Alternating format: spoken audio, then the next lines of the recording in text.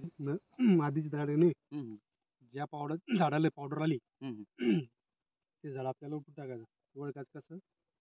याच्या हातात पाहायचं, याची जर पावडर लागली तुम्हाला हम्म, हे झाड उपटून टाकायचं.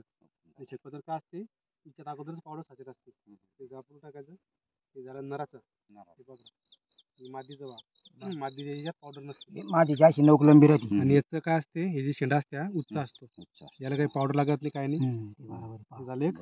आणि काय करायचं, ज्यावेळेस समजा ते नराची फुलं येतील का नाही, ते फुल आल्यानंतर मादीच्या याला याचं लावायचं.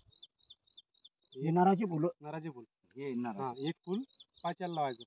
पाच्याला लावलं नंतर काय करायचं, लावल्यानंतर काय करायचं, हे जे पानं की नाही ते पानं असे थोडे करून घ्यायचे. म्हणजे काऊन आता समजा आपलं माती झाड आहे, आपण तिकडून फुल आणलंय, हे असं आपलं हे असं लावून द्यायचं आणि पानाचं मग बोत करून घ्यायचं. म्हणजे कसं तुम्हाला आठवण राहील का बाबा वेळ झालेला आहे. पोलन केलं म्हणून. हा. हे झालं. यातलं काय करायचं, पहिले यातले रोगिंग कधी मातीतली पूर्ण उठून राहायची. म्हणजे हे झाडावाले हे झाली एक. त्या साधारणतः ज्याला आपल्याला समजा पाते लागेल नाही, काहीच नाही, तर ते कसं ओळखायचं समजा.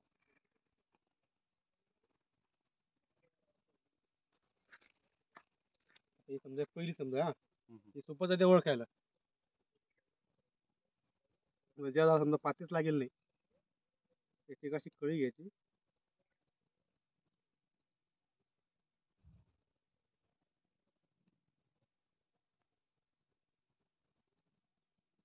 एक कळी अशी पूर्ण काढून घ्यायची.